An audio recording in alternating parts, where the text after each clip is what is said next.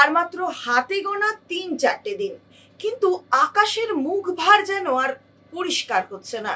রইল পুজোর সময় কি অবস্থা থাকবে আবহাওয়ার, তা নিয়ে বড় আপডেট। আশঙ্কাই সত্যি হলো, পশ্চিমবঙ্গ এবং বাংলাদেশের গা ঘেঁষে নিম্নচাপ তৈরি হয়েছে বঙ্গোপসাগরে। কোথাও জারি ইয়েলো অ্যালার্ট, কোথাও বা অরেঞ্জ অ্যালার্ট। দেবীপক্ষ পড়ে গেছে, তার মধ্যেই আকাশে পুজো পুজো ভাব। এমনটা তো দূরেই থাক, সারাক্ষণই ধূসর মেঘে আকাশ ঢেকে যখন তখন পশলা পশলা বৃষ্টি হচ্ছে।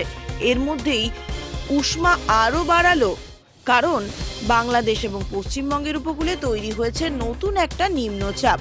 অন্যদিকে উত্তরবঙ্গে ভয় বাড়াচ্ছে ঘূর্ণাবর্ত এবং সাইক্লোনিক সার্কুলেশন। আবহাওয়ার এই যে তুমুল ভোলবদল সর্বক্ষণ চলছে, এবার সাগরে শক্তি বাড়াচ্ছে নিম্নচাপ। আইএমডির লেটেস্ট ওয়েদার আপডেট অনুসারে নিম্নচাপ তৈরি হয়েছে উত্তর বঙ্গোপসাগরে। আবহাওয়ার তুমুল ভোলবদল সমানে অব্যাহত। উত্তর বাংলাদেশের ওপর দিয়ে বিস্তৃত রয়েছে সাইক্লোনিক সার্কুলেশনটি। এটি মধ্য ট্রপোস্ফিয়ার স্তর পর্যন্ত বিস্তৃত রয়েছে।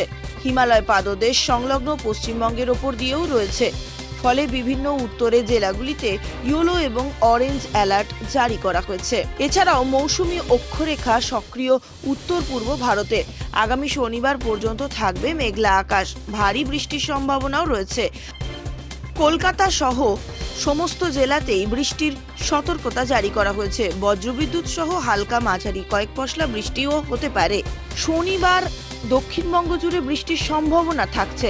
নদিয়া, মুর্শিদাবাদ, বীরভূম, পূর্ব বর্ধমান, হুগলি, উত্তর ২৪ পরগনায় বজ্রবিদ্যুৎ সহ বৃষ্টির সম্ভাবনা রয়েছে। রবিবার বৃষ্টির সম্ভাবনা ও পরিমাণ অবশ্য কিছুটা কমতে পারে, তবে বিক্ষিপ্তভাবে দু-একটি জায়গায় হালকা বৃষ্টির সম্ভাবনা। আংশিক মেঘলা আকাশ, বাতাসে জলীয় বাষ্প থাকায় অস্বস্তি থাকতে পারে। যে কোনো খবরের জন্য যোগাযোগ করুন 7099017330 এবং 7099017110 নম্বরে।